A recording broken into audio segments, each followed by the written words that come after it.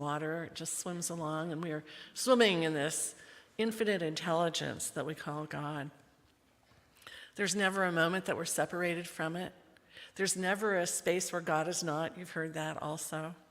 And it's only our mind that takes us away, that just kind of takes us on this little left turn somewhere. And it's up to our mind to bring us back.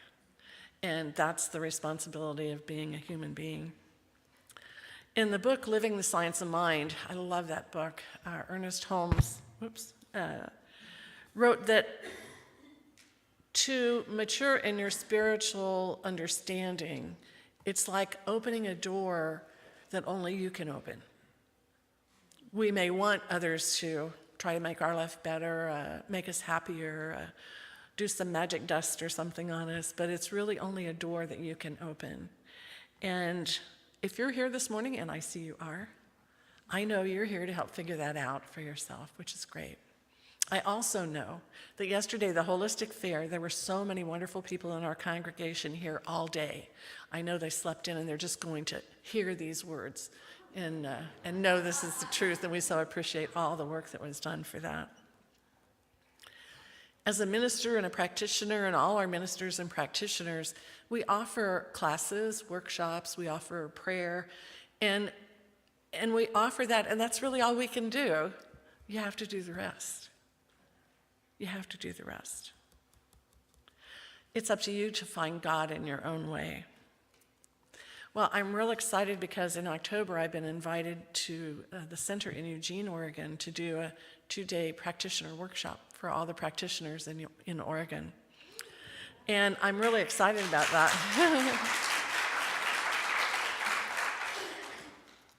And you may not know that I wrote the book, the Practitioner Handbook, that everyone uses in their classes. And I was talking to some intern practitioners in training the other day, and I realized that they are grasping with the concept of principles. We have principles. And so the more I thought about that, I thought, well, maybe instead of just sharing it with the practitioners, I'm going to share it with you, and maybe you can, when you go down that road, make a U-turn on principle and come back all on your own. That might make life more fun. Good idea. Okay. Because the whole theme for this month is spiritual laws and how to use them. So I thought, what better way than to share these things that practitioners are learning about principle? Because we throw that word out there like you know what it means, and like you know how to apply it in your life. Well, the way I approach a meeting with someone as a practitioner is I have a process that I learned long ago, and it's called LITT. Listen, inquire, teach, and treat. And so when someone comes to me for spiritual mind treatment, the first thing I say is, what's happening in your life? I listen. And then I go right to inquiring. Why do you think this is happening? And then, what would you like instead? And as soon as somebody says, let's say, for an example, I got ahead of myself. Okay, so anyway, what would they like to be resolved? And then I listen to what they would like. Now I already have a pair of opposites to work with. I put their story aside because that's not as important as trying to find the cause.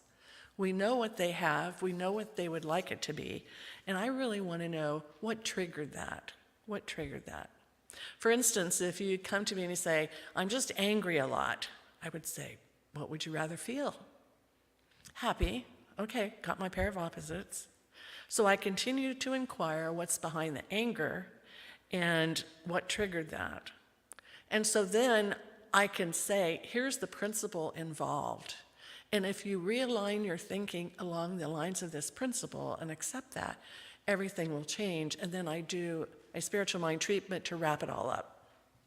So that's the process. So what is a principle? It's a fundamental law, like gravity. It's something that exists. You can't pull it out of the sky. You can only reveal it through yourself. In your programs today, I believe you have either an orange or a green piece of paper with the principles on one side and our spiritual practices on the other.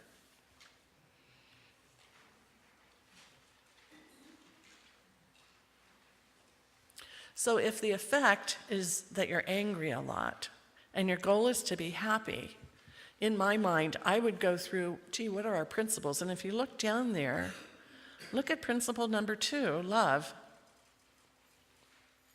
Might need a little love in that area.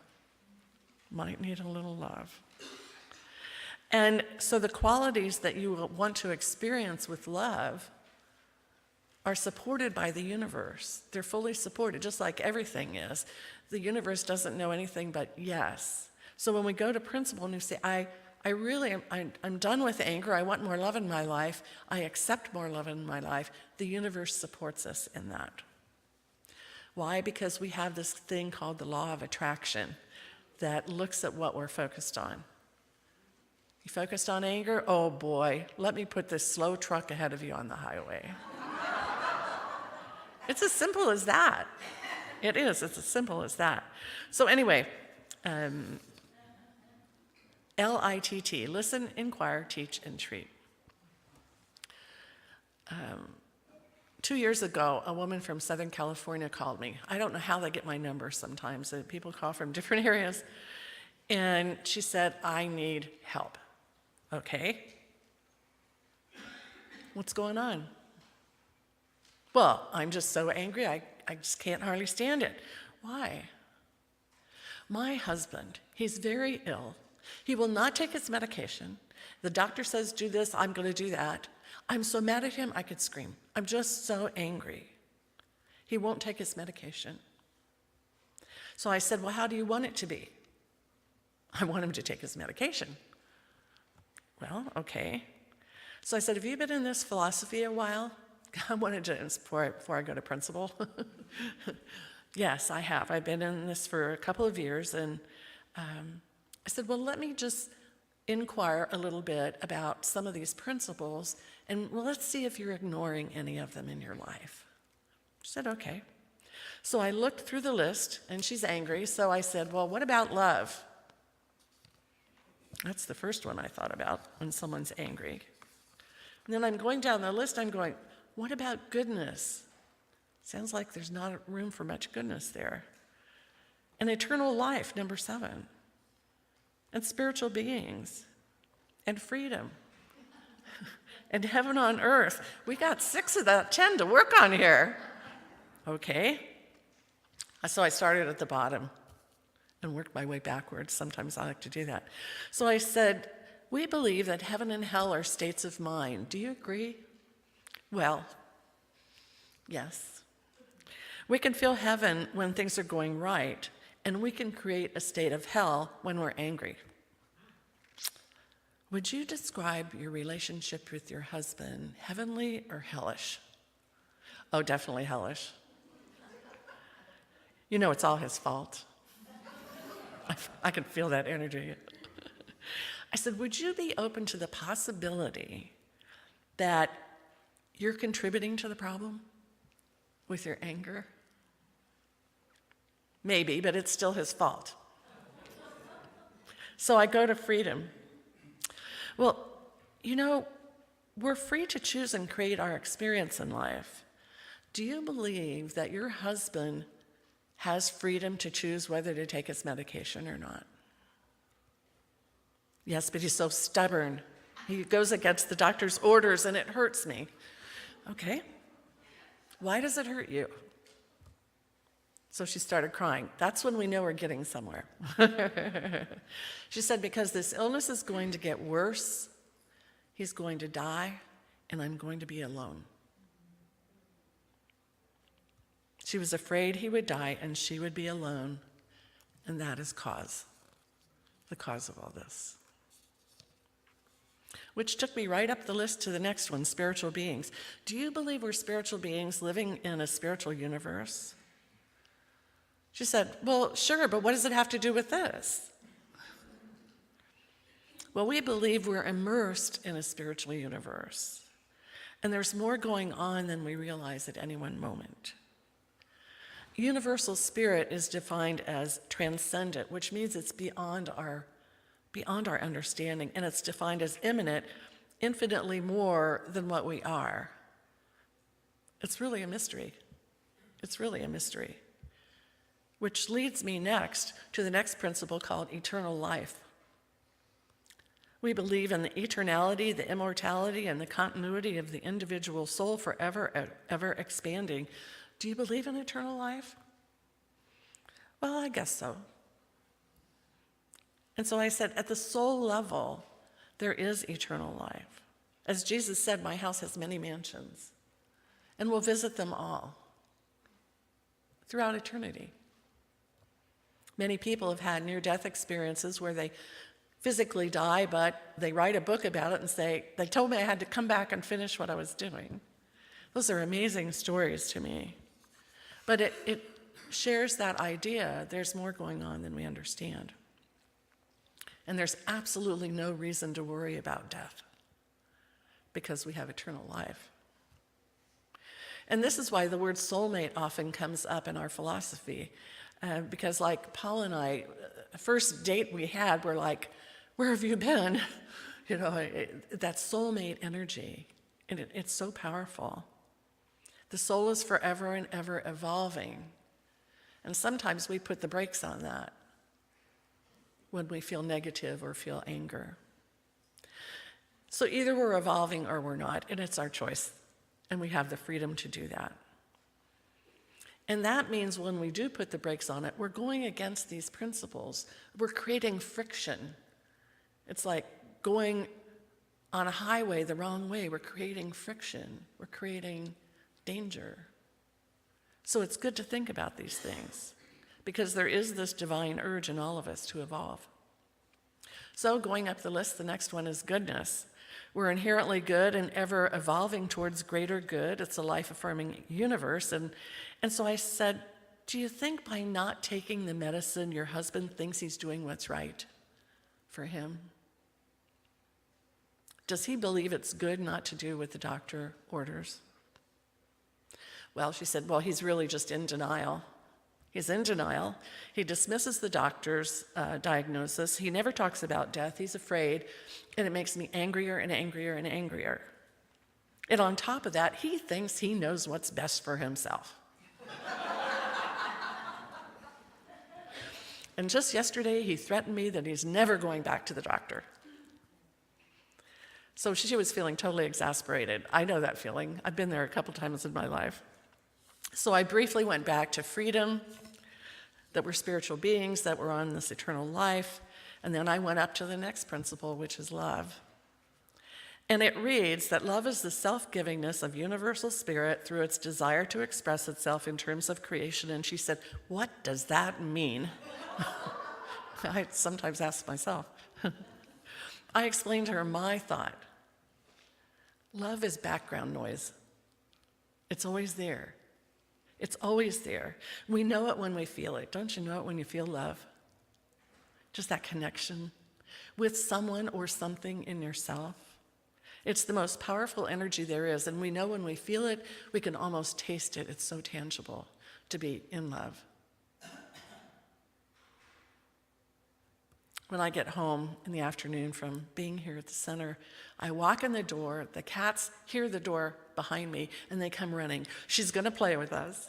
It's so cute. Elizabeth knows cats, how much fun they are.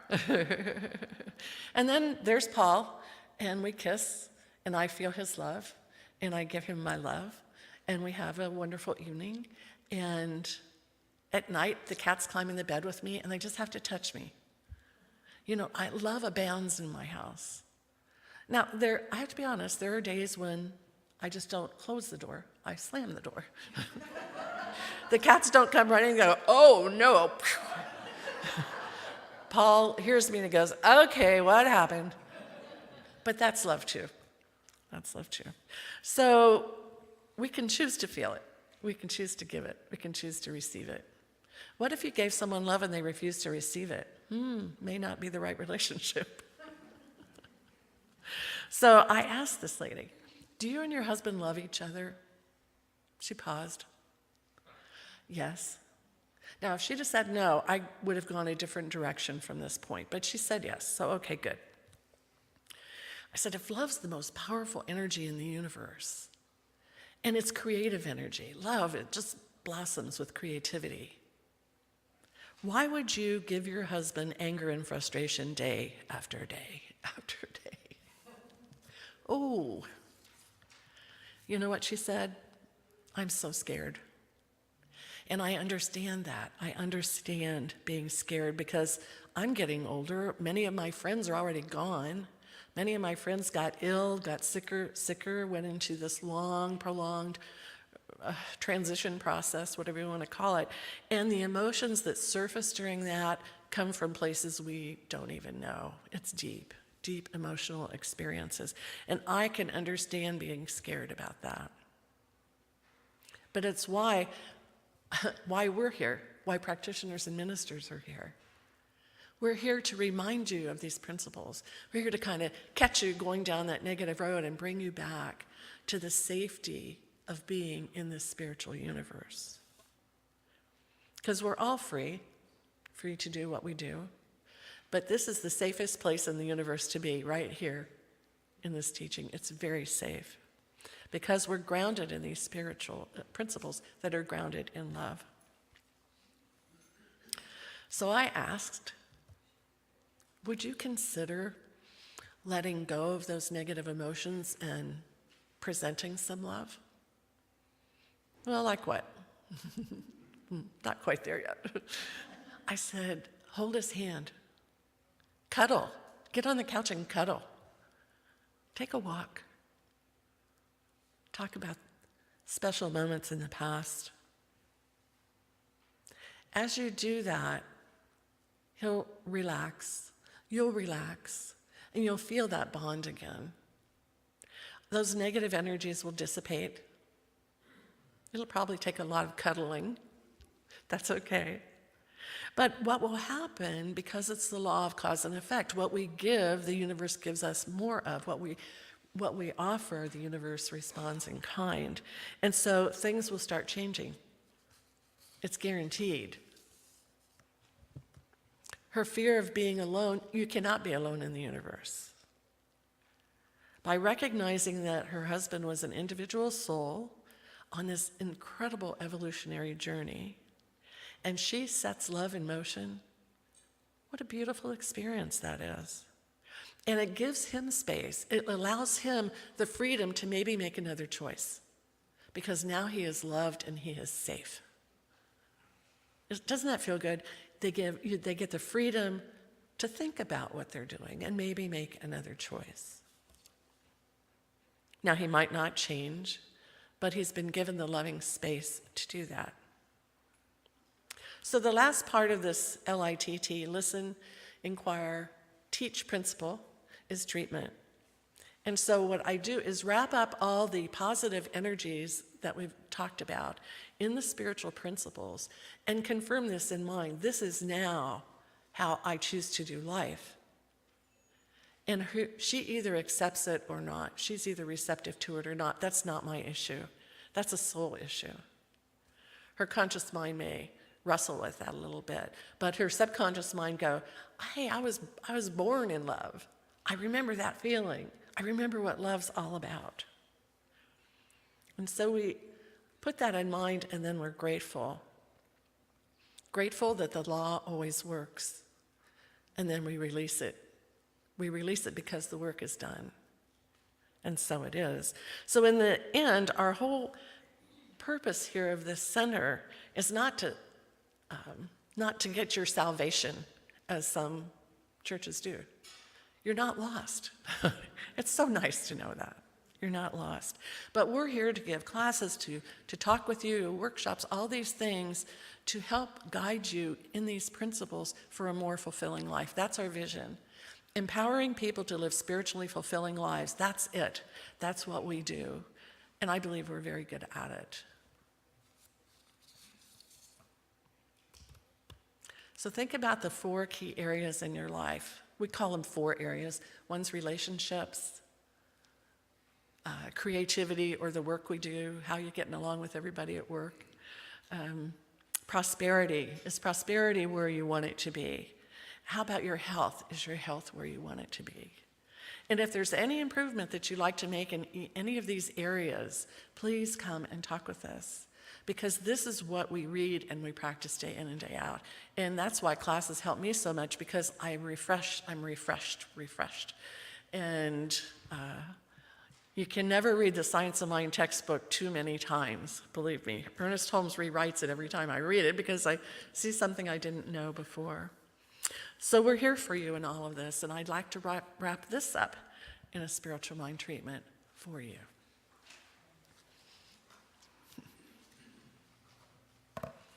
Because in this moment, I feel the oneness. I just feel it in this room. And I feel like, oh my gosh, you've got it. You understand principle. A word that we throw around, but now we know what it is. It is the laws of the universe that support us on evolving, spiritually evolving, mentally evolving. These things that our soul will continue to do into infinity. I'm so glad we're getting it now. So I know for you and myself, for everyone here, that love is the most powerful energy in the universe. If we have love, we feel freedom. If we have love, there's a heaven being built in our lives, not hell. If we have love, we can't be afraid. We trust the universe, and the universe always says yes. And so today I give great thanks that I'm able to share this with you, because I hope in the essence of this, you see a place in your life where, maybe some negativity has created some friction that can be removed, that can be deleted, just like a delete key on a computer. It's so simple. By always going back to principle, which is 100% safe. I am so grateful for this time to be able to do this. Grateful for you being able to listen and to inquire within yourself and teach yourself through meditation, through spiritual practices. Bring that spiritual awareness level up a notch in life. And now I've said what I've said, so I'm releasing it to you. Releasing it to every one of you. Knowing it is accepted in your own way, because your life is special, unique, created by God. And that's the truth. And so it is. Thank you.